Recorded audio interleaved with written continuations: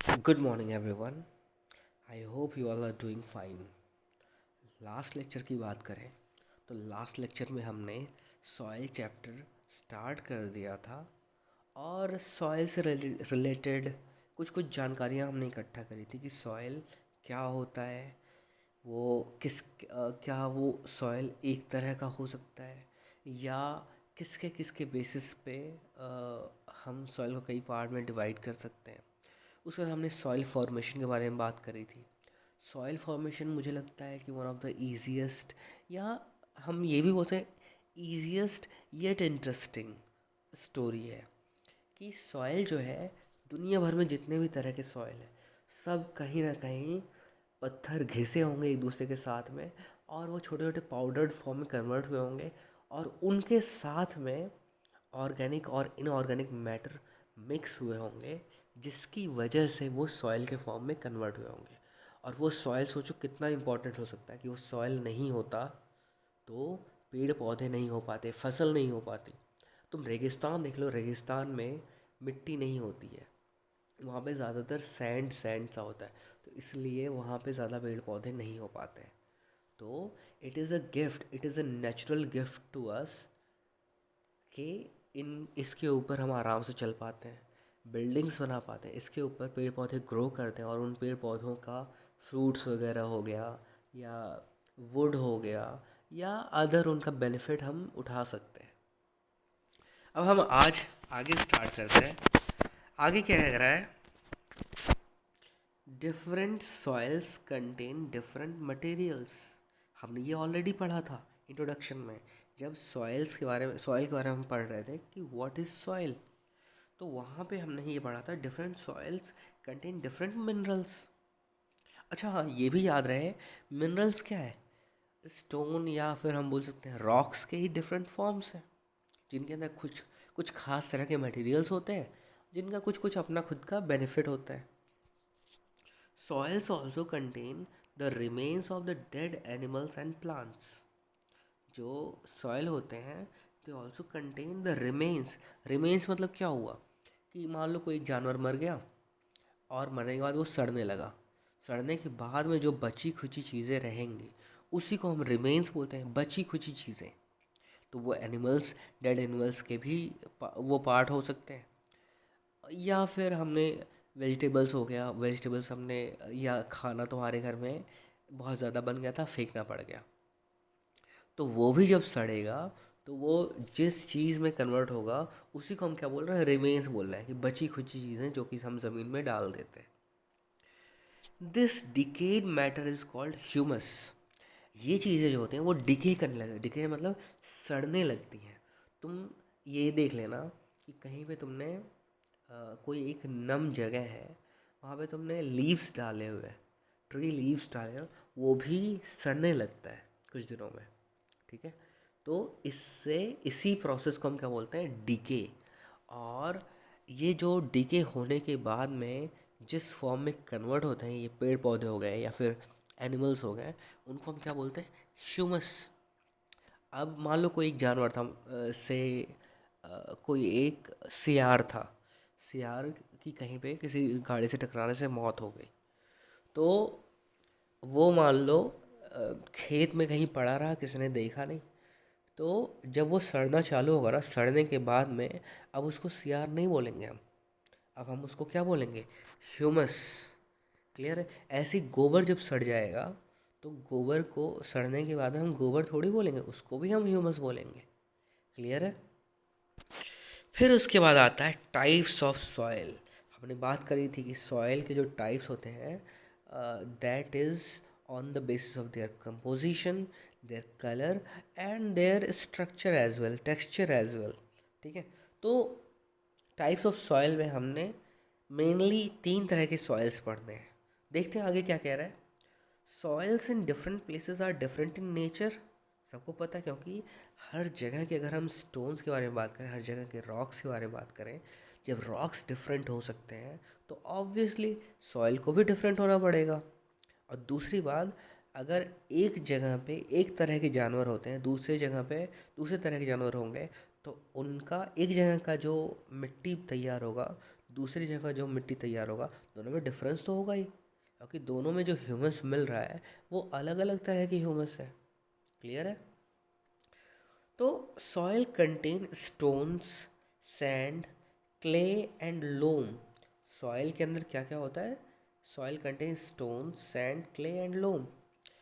फिर कह रहा है कि it also contain air and water. जो सॉइल होता है वो वाटर भी कैरी करते हैं अपने साथ में, और एयर भी कैरी करते हैं। क्लियर है? फिर आगे कह रहा है there are three main type of soil, sandy soil, clay soil and loam soil, loamy soil. ठीक है, या फिर लोम हम सिर्फ पढ़ते हैं कई बार।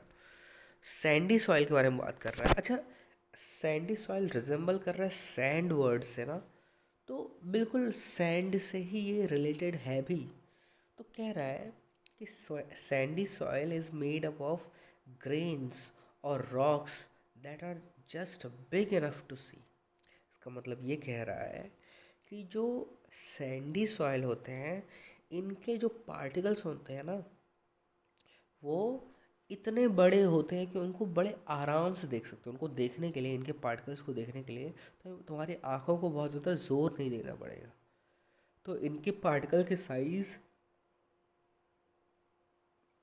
इतने बड़े होते हैं कि आराम से तुम देख सकते हो इनके पार्टिकल्स को। The soil on the beach is mainly made up of sand. अब देखो, जो बीच वाला एरिया है, समुद्र के किनारे वाला एरिया है, वहाँ पे ज़्यादातर बालू होता है। बालू क्यों होता है? क्योंकि अपने साथ जो पत्थर वगैरह थे, स्टोन वगैरह थे, जो कि माउंटेन्स पे माउंटेन से टूट के गिरे थे और वो आपस में घिसे थे। घिसने के बाद में नदी अपने साथ में बहा के लेके जाती है उनको। बहा के लेके जाएगी तो अपने किनारे पे ही तो लेके जाएगी। तो जब किनारे पे लेके जाएगी तो वहाँ पे वहीं पे रह जाएगा। वहाँ पे इसका मतलब ज़्यादातर बालू ही मिलेगा। अब बालू से जो मिट्टी वगैरह तैयार हो रहा होगा, उसी को हम क्या बोलेंगे? Sandy soil. Water runs through Sandy soil quickly. अगर तुम अपने आसपास में कहीं पे देखो, तुम्हारे यहाँ पे बालू वालू कहीं पे रखा हुआ है, तो बालू या फिर कहीं पे छिड़का हुआ है, तो बालू में जब पानी वगैरह डालते हैं तो बहुत ही तेज़ी से वो अंदर चला जाता है। मतलब वो ज़्यादा देर तक गीला नहीं रह पाता है। तो इससे एक बात पता चलती है, पानी बहुत देर तक इसमें टिका नहीं रह पाता सैंडी सॉइल में। ठीक है?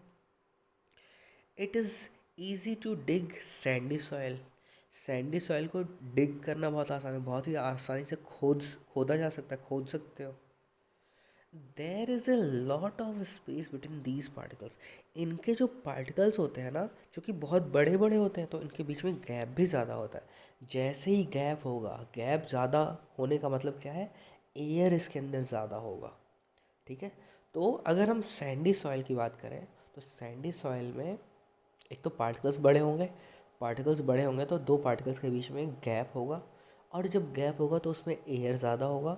लेकिन दूसरी बात कि इनके अंदर वाटर को होल्ड नहीं किया जाता है। ये बहुत देर तक वाटर को होल्ड नहीं कर पाते हैं।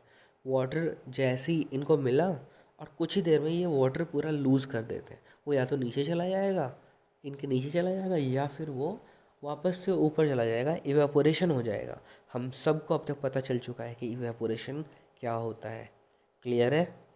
अगर नहीं याद है तो वापस से प्रीवियस पेजेस में जाना है और वापस से देखना है कि इवेपोरेशन क्या होता है। क्लियर है? तो सैंडी सॉइल तो क्लियर हो गया, और हमें ये भी पता है कि सैंडी सॉइल जो है वो बीच पे ही ज़्यादातर क्यों मिलता है।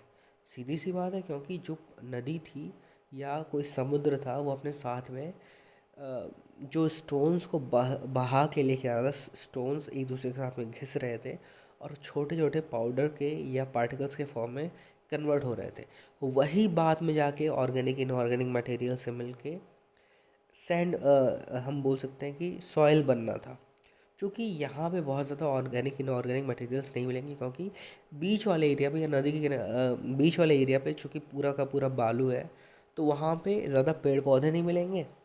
और दूसरी बात ये कि वहाँ पे अब जाके लोग ज़्यादा जाने लगे हैं। अदरवाइज़ ऐसे जगह पे वैसे जाता नहीं है कोई, क्योंकि समुद्र का पानी जानवर वगैरह भी नहीं पी पाते। क्योंकि समुद्र का पानी होता है सॉल्टी, सॉल्टी वाटर अगर वो पिएंगे तो कुछ दिनों में उनकी तबीयत ख़राब हो जाएगी। और दूसरी बात, जो सॉल्टी या सॉल्टी वाटर होता है वो अप्रोप्रिएट नहीं है उनके पानी पीने के लिए। क्लियर है? तो आई होप ये चीज़ क्लियर हो रही होगी तुम्हें। अब आगे क्या कह रहा है, क्ले सॉइल। क्ले सॉइल में कह रहा है clay soil is made up of very small grains और particles. These particles are so small that we can hardly see them. अब हम सैंडी सॉइल के बारे में बात कर रहे थे कि सैंडी सॉइल के जो पार्टिकल्स हैं बहुत बड़े बड़े होते थे, इतने बड़े होते थे कि आराम से उनको आँखों से देख सकते थे। लेकिन जो क्ले सॉइल है ना, इनके पार्टिकल्स इतने ज़्यादा छोटे हैं कि उनको हम ईजिली नहीं देख सकते हैं। ऑब्वियसली उनको बहुत ध्यान से देखना पड़ेगा, तब बिल्कुल छोटे छोटे पार्टिकल्स दिखाई देंगे, लेकिन हाँ देखने में मुश्किल होता है। They lie very close to each other. अच्छा, अब चूँकि पार्टिकल्स का साइज़ छोटा है, साइज़ छोटा होगा तो एक दूसरे के साथ में ज़्यादा अच्छे से चिपके रहेंगे, ज़्यादा अच्छे से चिपके रहेंगे तो इनके बीच में गैप कम रहेगा, गैप कम रहेगा तो इसका मतलब क्या हुआ कि उनके बीच में एयर कम रहेगा। ठीक है, तो सैंडी सॉइल में एयर खूब सारा था, लेकिन जो क्ले सॉइल है इसमें एयर बहुत कम होगा। ठीक है, the space between them are small so it does not contain much air. सीधी सी बात है, इनके बीच में गैप कम है तो ज़्यादा एयर कंटेन नहीं कर पाएंगे। Wait clay is sticky and is usually use for making pots and toys. जब क्ले वाला जो सॉइल होता है, क्ले सॉइल होता है, इस सॉइल को थोड़ा सा जब ये भीगा हुआ होता है, वेट होता है, तब इसमें इलास्टिसिटी बहुत अच्छी खासी होती है, क्योंकि इनके बीच में एयर गैप नहीं होता है, और दूसरा वाटर इसमें बहुत देर तक टिका रहता है। तो इसकी वजह से क्या होता है कि जब ये गीला होता है तो इलास्टिसिटी होती है इसमें, तो आसानी से इसको किसी भी शेप में कन्वर्ट किया जा सकता है।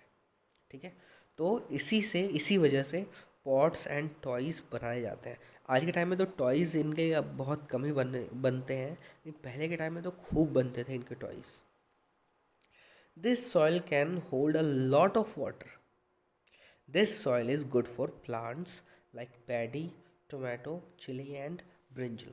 ब्रिंजल की जगह पे हम एक वर्ड यूज़ कर सकते हैं, एग प्लांट। ठीक है, EGGPLANT।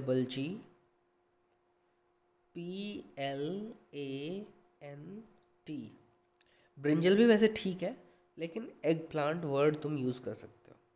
तो इस सॉइल में बहुत सारे तरह के पौधे उग सकते हैं, बहुत सारे तरह की फसलें हो सकती हैं, जिनमें एग्जाम्पल दिया हुआ है पैडी मतलब धान हो गया, टोमेटो, चिली और एग प्लांट।